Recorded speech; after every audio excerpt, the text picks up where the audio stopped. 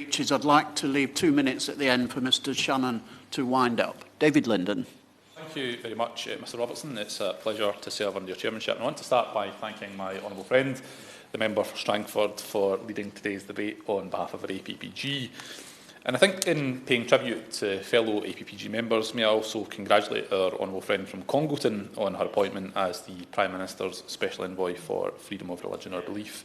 I know that she has a personal passion for this subject, and I don't doubt at all that she will be an outstanding envoy for the government, so I wish her well on behalf of my party. Now, in the run-up to this morning's debate, I've got to say I've been absolutely fascinated, indeed quite perplexed by the knee-jerk reaction to this debate taking place, and I would say that extends as well to the honourable gentleman, the member for Brent North. If I followed the logic of his remarks that we shouldn't be interfering in the domestic politics of other countries, particularly other countries where the UK once ruled over, surely the same would be true of the United States of America, where I recall fairly recently that the honourable gentleman from Brent North had lots to say about George Floyd.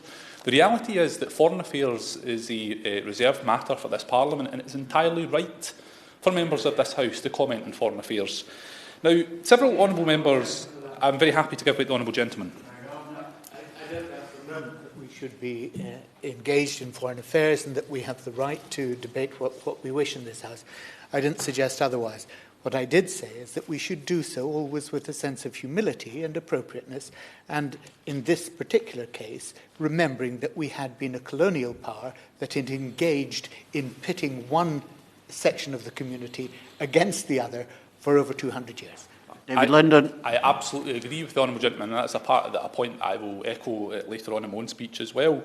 But several honourable members in Westminster Hall today have been the recipients of emails from members of the Indian diaspora, the Indian High Commission, and even a member of the House of Lords, all getting excuses in early and suggesting that the issues raised in today's debate are perhaps overblown or indeed misplaced. In fact, only this morning we received, a number of us, an email being copied into the Standards Commissioner complaining that as a result of taking part in this debate that we're in breach of the MP's Code of Conduct, which is frankly nonsense, and I expect the Standards Commissioner will clarify that.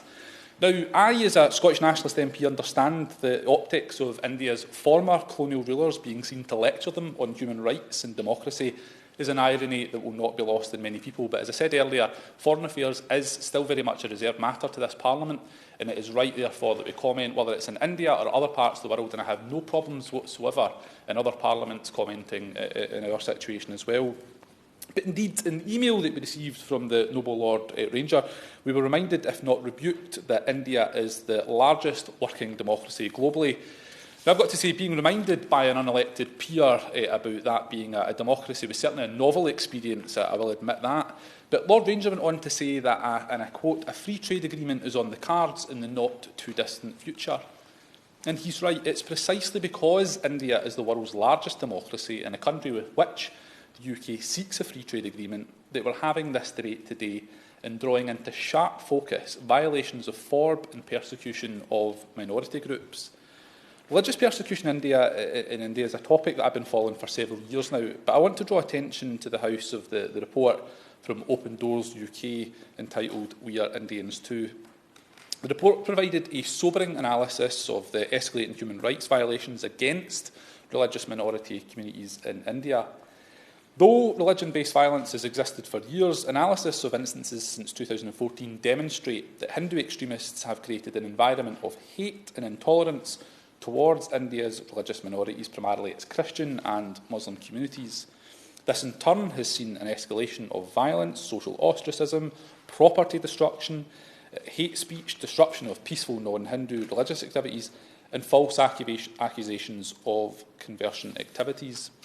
But all of this has been compounded yet further by the emergence of COVID-19, and we've heard alarming testimony of Christians from different states walking hundreds of miles to Madhya Pradesh state, being denied rations and informed that they would not have access to assistance. Indeed, the honourable gentleman from Strangford has said already that Muslims continue to be targeted as a perceived source of coronavirus, and in many cases have been denied medical treatment as a result of this rhetoric. Now, just as I paid tribute to the work of Open Doors UK, so too I want to thank Christian Solidarity Worldwide for all of their advocacy in respect of India. And with your forbearance, Mr Robertson, I want to single out Joanne Moore, who has been instrumental in briefing me on FoRB issues over the years, specifically on, but not limited to, India.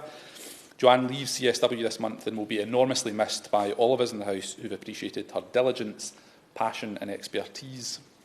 But the South Asia State of Minorities Report 2020, published just last month, paints a picture of spiking oppressive anti-minority politics, the criminalisation or descent of the deteriorating humanitarian situation within India. Mary Lawler, UN Special Rapporteur on the situation of human rights defenders, wrote, and I quote, "In India, human rights defenders and religious minorities protesting discriminatory laws and practices have faced restrictions, violence, criminal defamation, detention and harassment." She went on to say, and again I quote, "Other recent legislation limits freedom of opinion and expression in the guise of preventing disharmony and disaffection." So, the situation is grave, and the UK, I would argue, does have a role to play, because it's imperative that the Prime Minister's upcoming trip to India in the first half of 2021 is used to send a signal that an enhanced trade partnership between the UK and India will not be signed until real change is realised.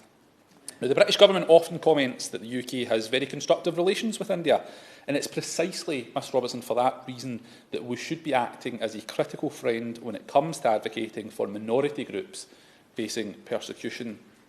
Now, as with any negotiation, there are trade-offs, but turning a blind eye to the persecution of religious minorities should not be one of them. It must be the case that it remains a priority for the British Government, and this matter should be a red line in any future trade agreement. Now, last night the House had an excellent debate on the concept of Global Britain, and I made clear then, and I do so again today, that Global Britain is not the SNP's project. We wish it well, but we do not wish Scotland to be a part of it for obvious reasons.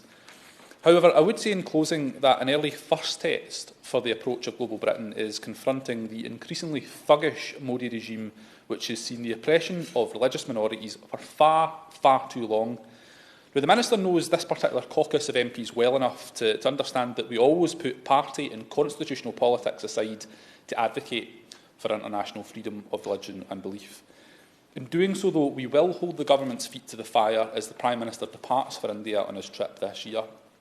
The success of the trade mission won't just be measured in the size or scope of a free trade agreement, but for me, the real measure will be whether or not members of this House are still raising concerns about religious persecution later in the year, and I very much hope that we won't.